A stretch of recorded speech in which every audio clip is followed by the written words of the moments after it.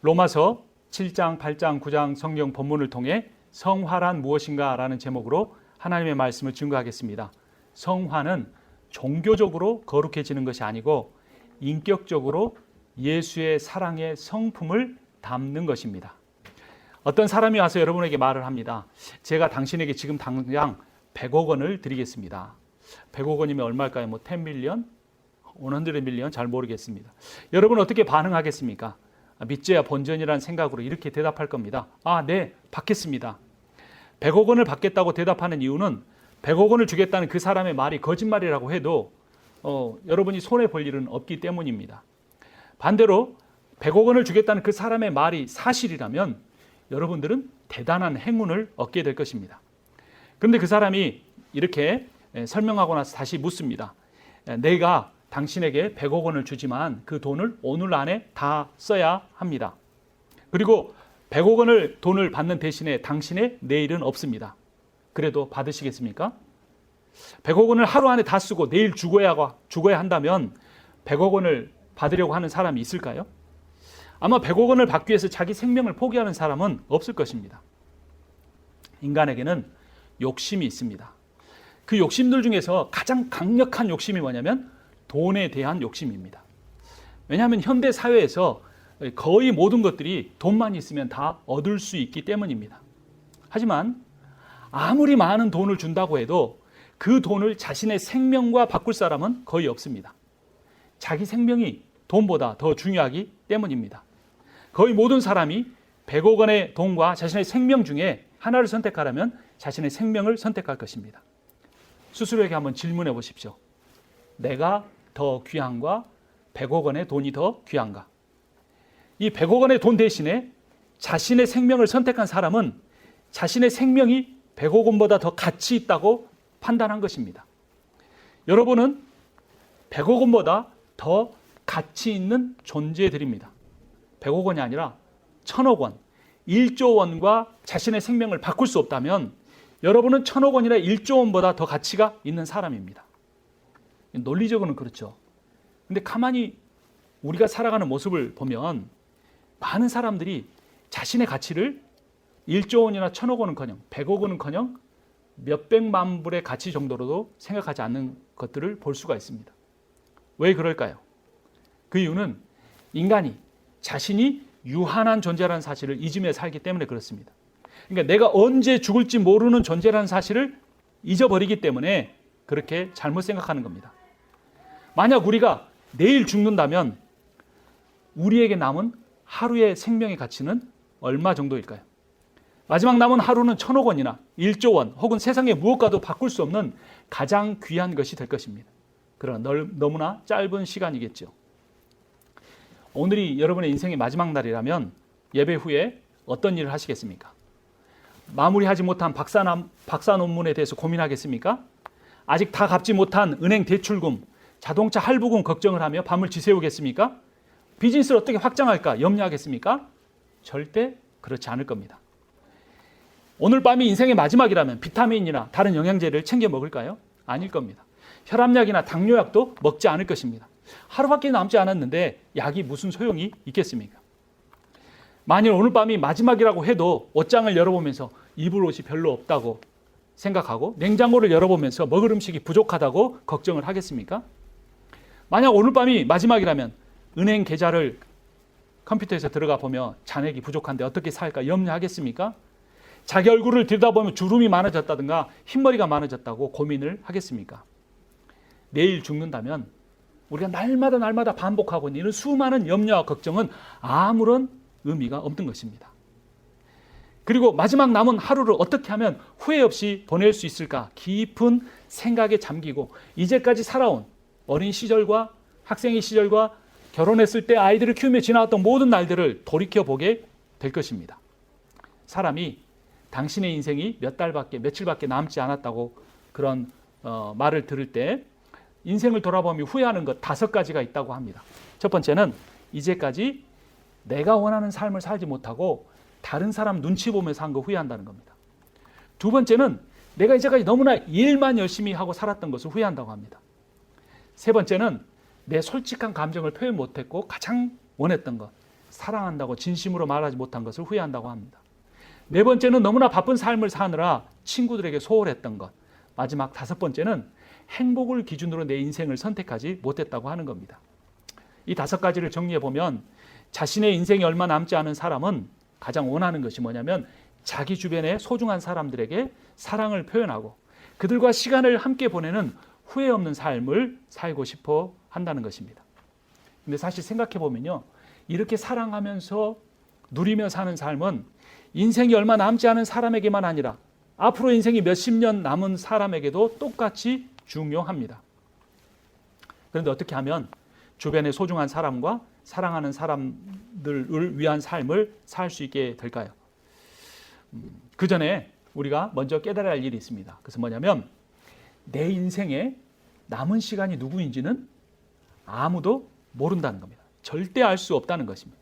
그리고 이 사실을 우리가 받아들이면 우리가 내 인생에 있어서 100억 원을 버는 것보다 1조를 버는 것보다 더 중요한 것이 얼마 남았는지 모르는 그 인생을 정말 사랑하면서 행복을 기준으로 선택하면서 살아가게 된다는 것입니다. 그런데 왜 많은 사람들이 그런 삶을 살지 못할까요? 세상 사람들은 하나님 모르고 진리도 모르고 성령도 모르니까 그렇게 산다고 하지만 예수를 믿는 사람들도 왜 세상 사람들과 그렇게 별로 다를 것 없이 살아갈까요? 그 이유는 오늘 로마서 8장이 우리에게 가르쳐 주는데 육신을 따라 살기 때문이다 라고 말합니다. 로마서 8장 5절부터 8절까지를 교대로 읽겠습니다. 8장 5절을 제가 먼저 봅니다. 육신을 따라 사는 사람은 육신에 속한 것을 생각하나 성령을 따라 사는 사람은 성령에 속한 것을 생각합니다. 육신에 속한 생각은 죽음입니다. 그러나 성령에 속한 생각은 평화입니다.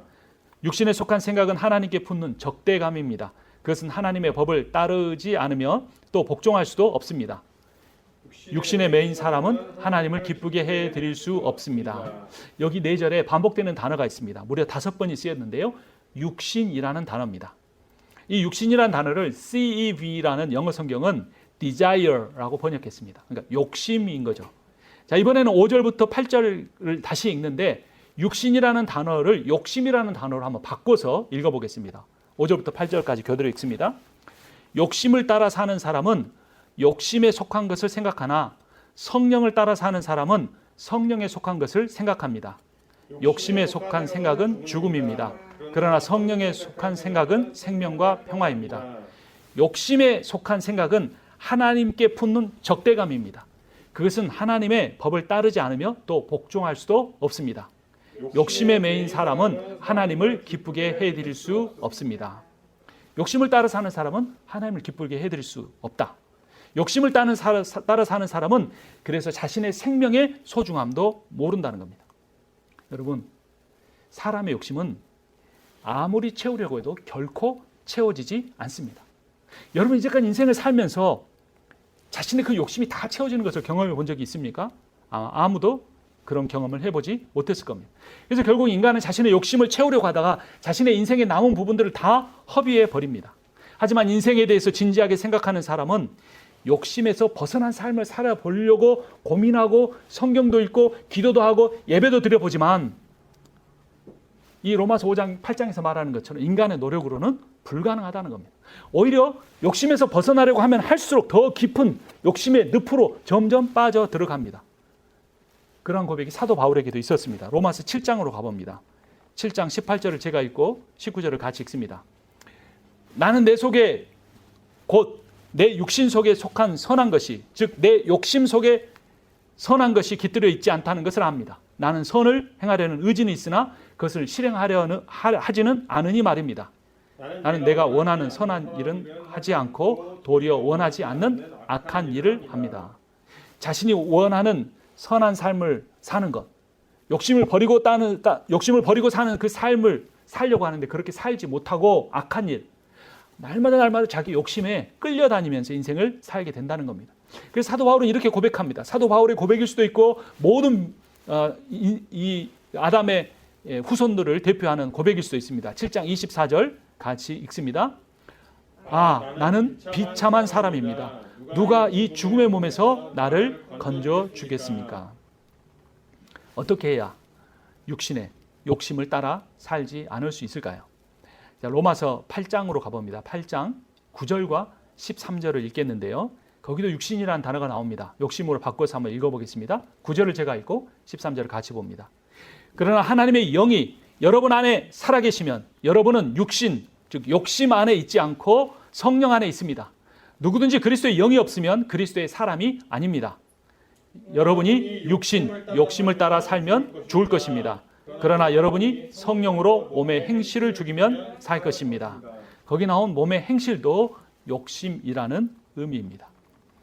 결론은 뭡니까? 인간이 욕심을 따라 살지 않는 방법은 성령 안에서 살아가는 것뿐입니다.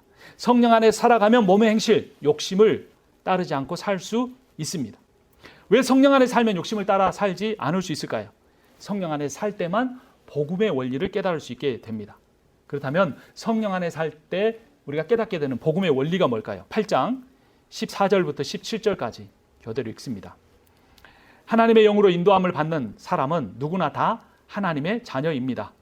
여러분은 또다시 두려움에 빠뜨리는 종살이의 영을 받은 것이 아니라 자녀로 삼으시는 영을 받았습니다. 그래서 그 영으로 하나님을 아빠, 아버지라고 부릅니다. 바로 그때에 그 성령이 우리의 영과 함께 우리가 하나님의 자녀임을 증언하십니다. 자녀이면 상속자이기도 합니다.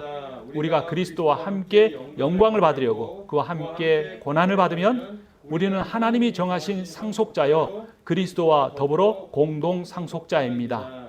여기에 나온 복음의 원리가 뭡니까? 우리가 다 하나님의 자녀라는 겁니다. 성령이 없을 때는 육신을 따라 삽니다. 앞에 말씀드린 대로 몸에 우리가 매여 있기 때문에 몸의 욕심을 따라 살게 되는 겁니다. 그러나 성령을 받은 사람은 성령을 따라 삽니다. 이렇게 성령을 따라 사는 삶을 오늘 설교의 제목처럼 성화, sanctification이라고 합니다. 그러니까 성화란 뭐냐면 복음의 원리, 즉 하나님의 자녀로서 사는 겁니다. 하나님의 자녀로서 산다는 말은 하나님의 상속자로 산다는 말입니다. 또 하나님의 상속자로 산다는 말은 하나님의 지혜와 능력과 재물과 그분의 모든 것을 받아 누리는 사람이 된다는 것입니다. 우리는 예수를 믿음으로 하나님의 자녀가 되었습니다. 하나님의 자녀가 됨으로써 하나님의 모든 소유와 하나님의 영광을 누리게 되었습니다. 이것이 복음입니다. 우리가 행한 의가 하나도 없지만 예수 그리스도가 십자가에 이루신 그 의로 말미암아 하나님의 모든 영광과 소유와 능력과 지혜를 우리가 다 상속받아 누릴 수 있게 된 것입니다. 여러분, 이번 한 주간을 그런 믿음으로 한번 살아보십시오. 그런데 교회에서는 아멘 하기도 하고 내 마음에 깊숙이 받아들이기도 하는데 이 예배당을 나가고 나면 운전대를 잡는 그 순간부터 잊어버리기가 쉽습니다. 그리고 우리가 매일 부딪혀야 하는 비즈니스 환경이나 직장 생활은 어떻습니까? 때로는 가난함을 느끼기도 하고 병력함을 느끼기도 하고 마음이 공허하기도 하고 외롭고 힘들 때가 많습니다. 고민에 빠질 때가 많고 어떤 결정을 해야 되는데 이걸 어떻게 결정해야 할지 모를 때가 많습니다. 하나님의 자녀가 왜 가난해야 합니까? 하나님의 자녀가 왜 병에 들어야 합니까? 하나님의 자녀가 왜 고난을 겪어야 합니까? 하나님의 자녀가 되었다면 하나님의 그 모든 영광과 소유와 능력을 다 상속받는다고 했는데 그것은 혹시 거짓말이 아닙니까? 17절 말씀 다시 한번 읽어보겠습니다. 8장 17절 자녀이면 상속자이기도 합니다.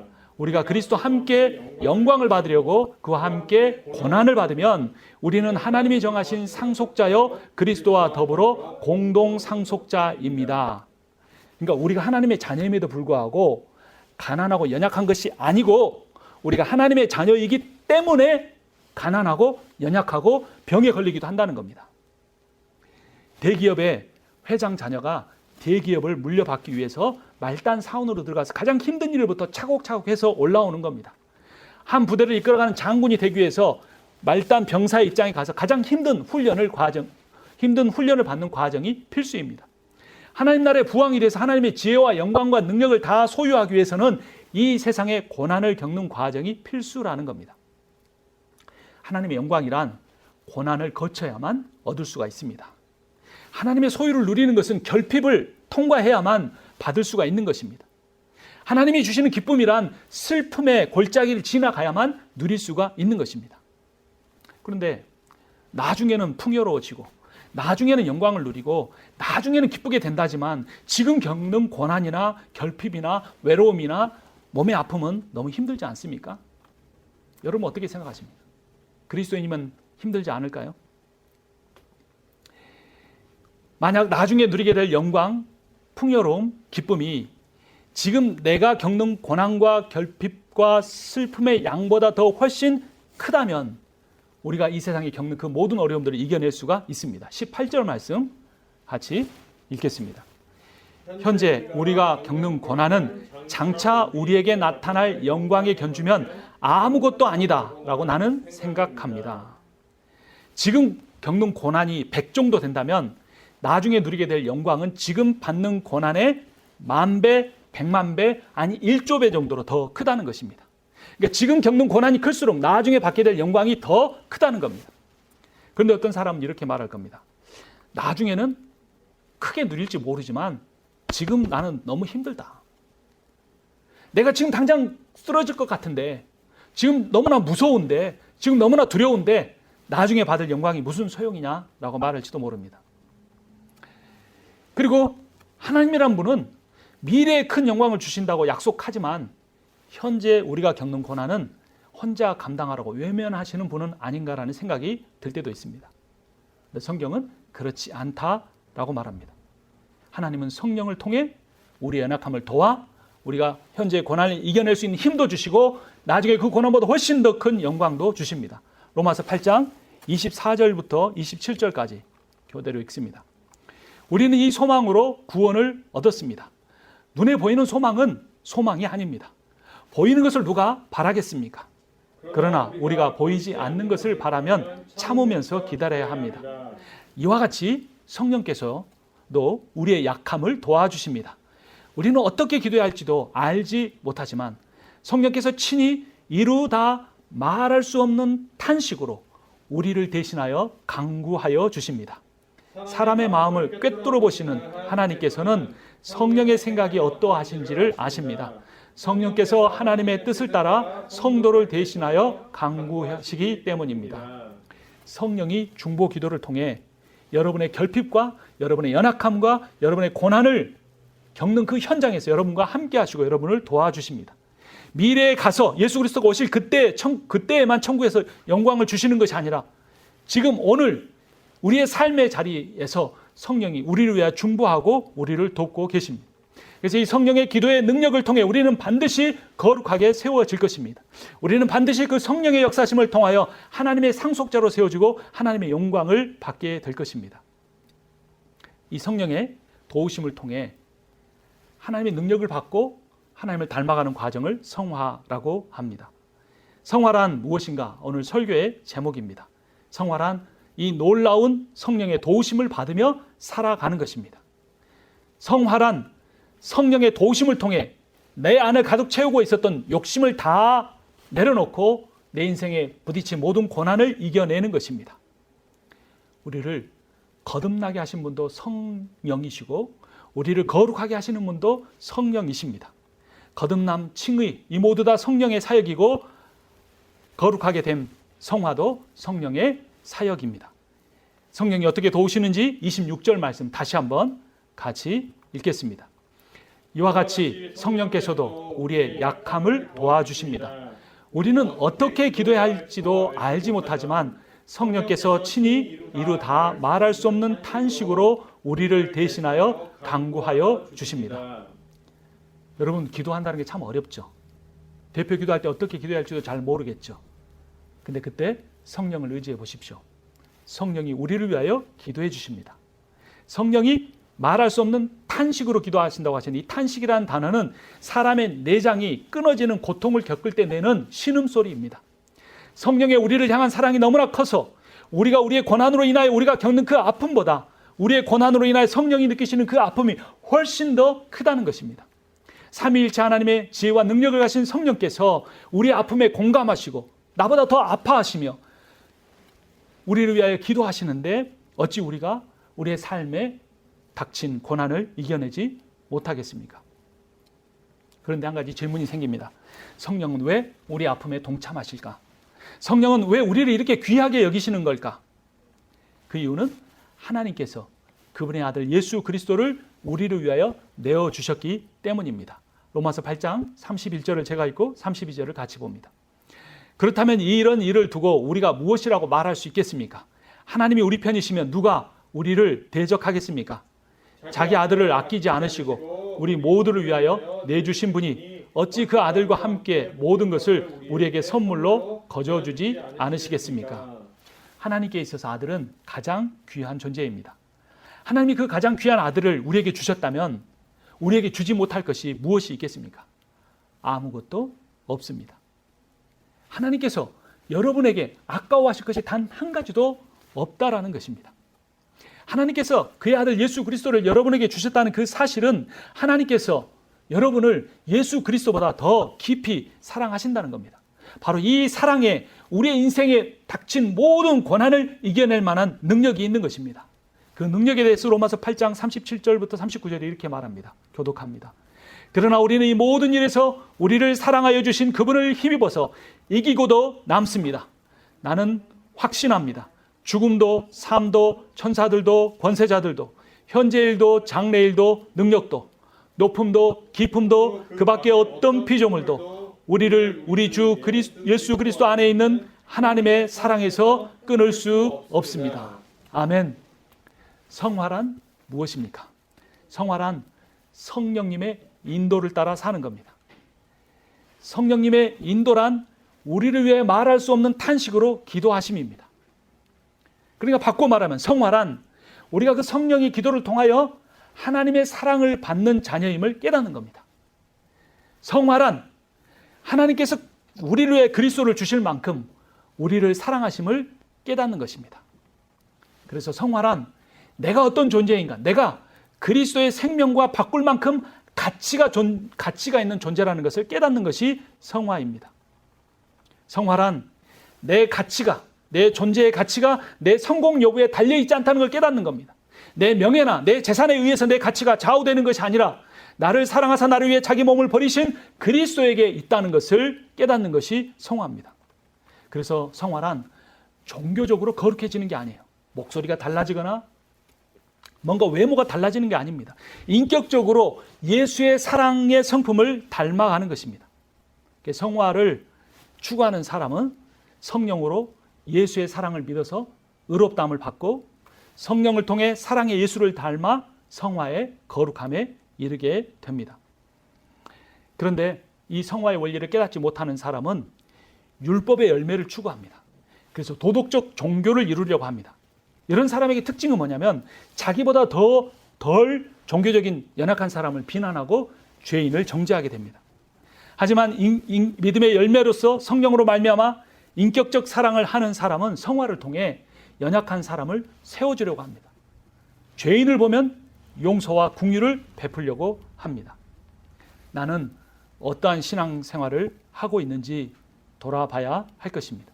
우리 모두가 성화를 통해 하나님의 변함없는 사랑을 깨닫기 원합니다. 우리가 성화를 통해 성령님의 인도하심을 따라 살아가기를 원합니다.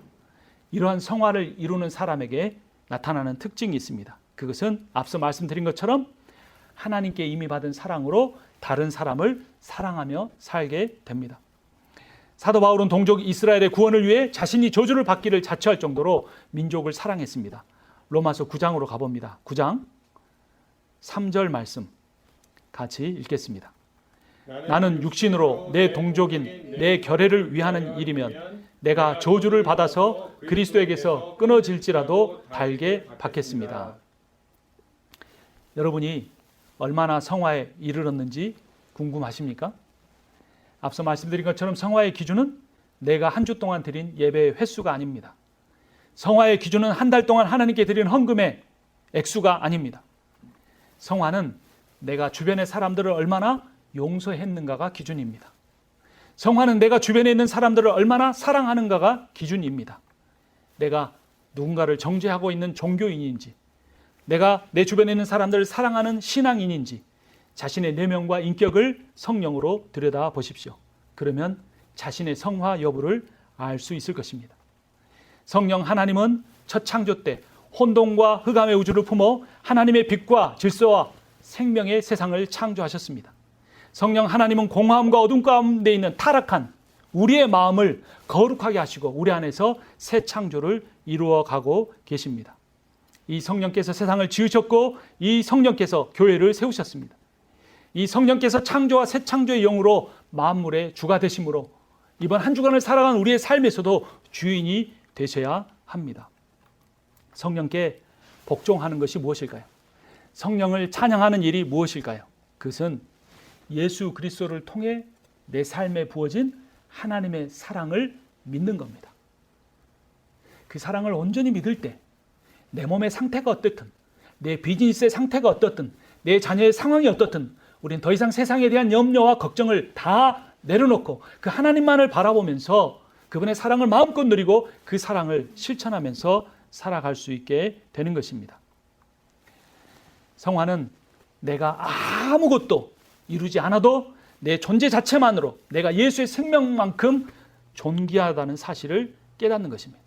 그리고 나만 이 복음을 알고 있는 것이 아니라 이 복음을 모르는 사람, 열등감에 빠져 사는 사람, 재물이 우상이 되어 살아가는 사람, 그러한 사람들에게 찾아가 예수 그리스도의 사랑의 복음을 성령의 충만함으로 전하는 것입니다.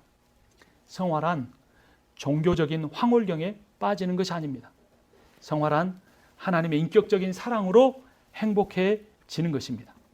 성화란 예수의 죄사함의 은혜로 인하여 감사하며 사는 것입니다. 마지막으로 성화란 성령의 인도함에 순종함으로 반응하는 것입니다. 종교적으로 거룩해지는 성화가 아니고 인격적으로 예수의 사랑의 성품을 닮아가는 성화를 이루시는 여러분과 제가 되기를 주님의 이름으로 축원합니다. 기도하겠습니다. 예수 그리스도의 십자가의 죽으심을 통하여 우리를 의롭다 하실 뿐만 아니라 그 예수 그리스도의 사랑으로 그 예수 그리스도의 사랑의 성품을 닮아가게 하시는 하나님의 이름을 찬양합니다. 우리가 이 하나님의 사랑을 믿고 전하며 사는 진정한 성화를 이루어가는 거룩한 사람이 다 되게 하여 주시옵소서. 예수님의 이름으로 기도합니다. 아멘. 이제는 우리 주 예수 그리스도의 은혜와 하나님 아버지의 크고도 놀라우신 사랑과 성령의 위로하시고 교통하시고 충만케 하시는 역사하심이 하나님의 사랑을 받아 누리고 그 사랑을 전하는 성화의 삶을 살겠다고 다짐하는 모든 이들 가운데 지금부터 영원토록 함께 있기를 축원하옵나이다. 아멘.